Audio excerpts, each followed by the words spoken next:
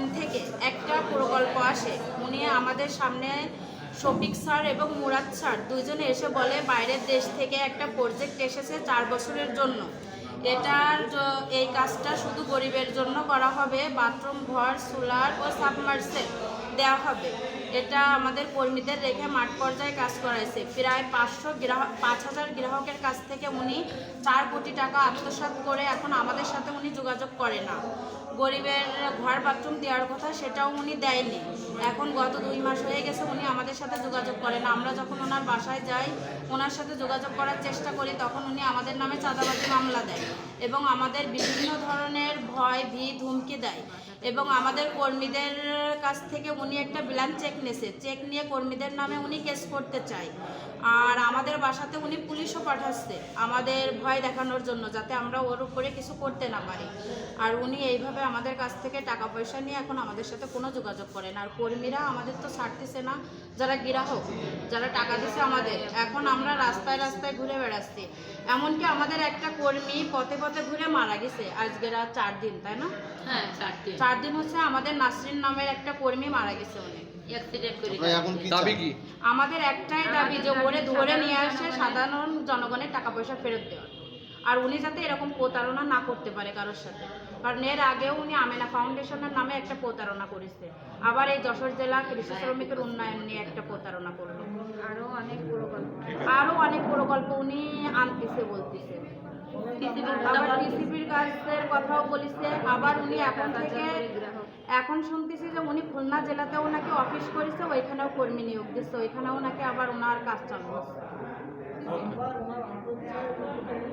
ওনাকে মানে আটক করে দেন আর আমাদের ন্যায় বিচার করে দেন, আমরা এটাই দাবি আপনাদের কাছে। এই জন্য এখানে আইছি। আমাদের থানার থেকেও আমাদের কেস নিচ্ছে না। আমরা মনে করেন সেনাবাহিনীতে, তারপরে র্যাব বাহিনীতে, যেখানে যেখানে প্রয়োজন আমরা সব জায়গায় ওনার নামে কমপ্লেন দিচ্ছি, কিন্তু আমরা হতাশ হয়ে গেছি। হতাশ হয়ে আজকে আমরা আপনাদের কাছে আসছি।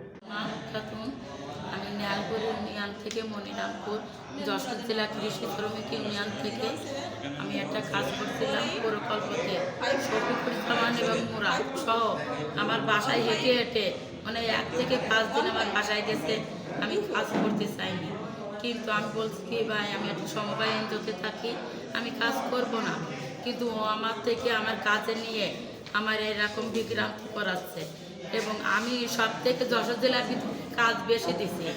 আমি 15 থেকে 20 লক্ষ টাকার কাজ দিছি। আমি বাড়ি চাকরি পাচ্ছি না। প্রত্যেক দিন 10 থেকে 20 জন লোক আসে আমার বাড়িতে বসে থাকে। আমি খাতে পারি না, ঘুমাইতে পারি না, রাস্তায় বেরোতে পারি না।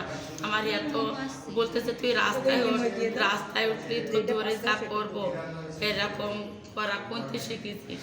আর আমাদের কি নির্যাতন দিচ্ছে বাড়ি এলাও, যে তোমার নিষেধ করিলাম শফিকের কথা শুনে এই কাজে কিছু, আমি কোনো দায়বদ্ধতা নিতে পারবো না, তুমি বাসায় আসবে না, তুমি ওইখানে জানে পারো সেইখানে চলে যাবা। এই যে বাড়ি আমার 3 দিন পুলিশ পাঠাই দিয়েছে যে আমার বেশি কাজ, তাই কি ও ধরে এমনি ওর আটকালি আর কিছু করবে না।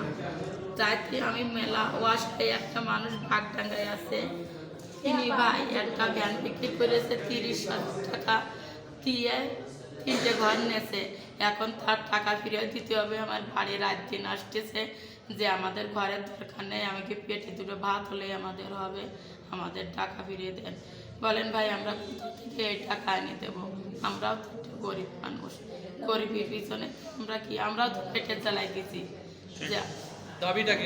আমাদের দাবি এই শফিকুর জামান আর মুরাদ সাহেবের ধরে এনে আমাদের টাকা পেটা আদায় করে, যার টাকা আমরা তাদের বাড়ি পৌঁছাই দেবো আপনাদের সাথে করে নিয়ে। এইটুকুন আমাদের অনুরোধ, আর কোনো দাবি নাই আপনাদের প্রতি। আমাদের আপনার নাম? সালমা খাতুন।